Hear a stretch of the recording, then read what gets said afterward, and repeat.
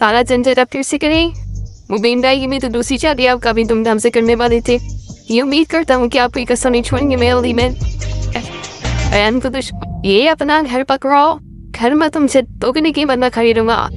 तुम मुझे मेरा मकान दे के मेरी बहन को लगे डालना चाहते हो, जरूर बताओ। नफरत की वो आग कब मोहब्बत में बदल के मुझे पता ही नहीं चला।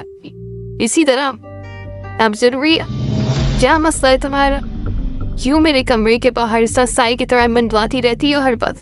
जब मैं था ना यार तो मैं भी नफरत की आग में जल रहा था।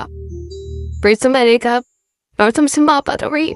अब तुमको ज्यादा नहीं अपने आप को हम समझने का क्यों? और वक्त आ गया सबको बताने का कि तुम्हारी इस कमी क्या अहमियत है। दुश्मन के हवाले कर दिया तुमने, वो भी एक सर्दी छत की खातर। कभी मस्त हमारी शर्तें ये इनसे बने का क्रिया कहीं नहीं थे। यह कि सिकंदर की जिंदगी में भी कोई आए उसको तब ठीक रहे। उसके बाद ही वो तुम्हारे और मेरे रिश्ते को समझ पाए। कबीर जैसे ही रिया को लेकर आएगा, अपनी माँ से फरमाइश करेगा कि उसका वलीमा रखा जाए। यहाँ उन दोनों का धूमधाम से वलीमा होगा और सब ही बहुत ज्यादा खुश होंगे। लेकिन वफा और उसकी बहन बहुत ही गुस्से में होंगी क्योंकि उन्हें उम्मीद नहीं थी कि कबीर इस तरह से रिया को वापस ले आएगा। यहाँ आकर रिया के भी भरपूर से निकल आए हैं।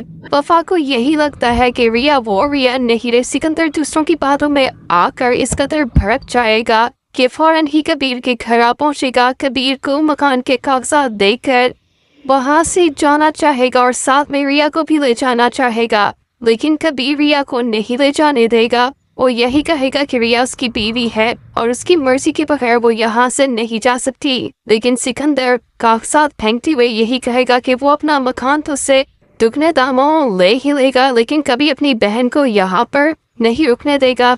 रिया खुद भी नहीं चाहती कि वो सिकंदर के साथ रहे क्योंकि जिस तरह से कबीर उसे समझा चुका है कि सिकंदर के दिल से नफरत कम करना जरूरी है और इसके लिए बेहतर है कि कोई ऐसी लड़की हो जो उसे संभाल सके।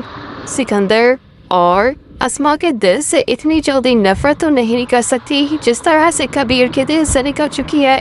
कबीर रिया को सारी बात सच सच बता देगा कि जब वो यहाँ आया था तो उन लोगों से नफरत करता था, मगर अब वो रिया से बेइंतहा मोहब्बत करता है और रिया के बगैर एक पल भी नहीं रह सकता।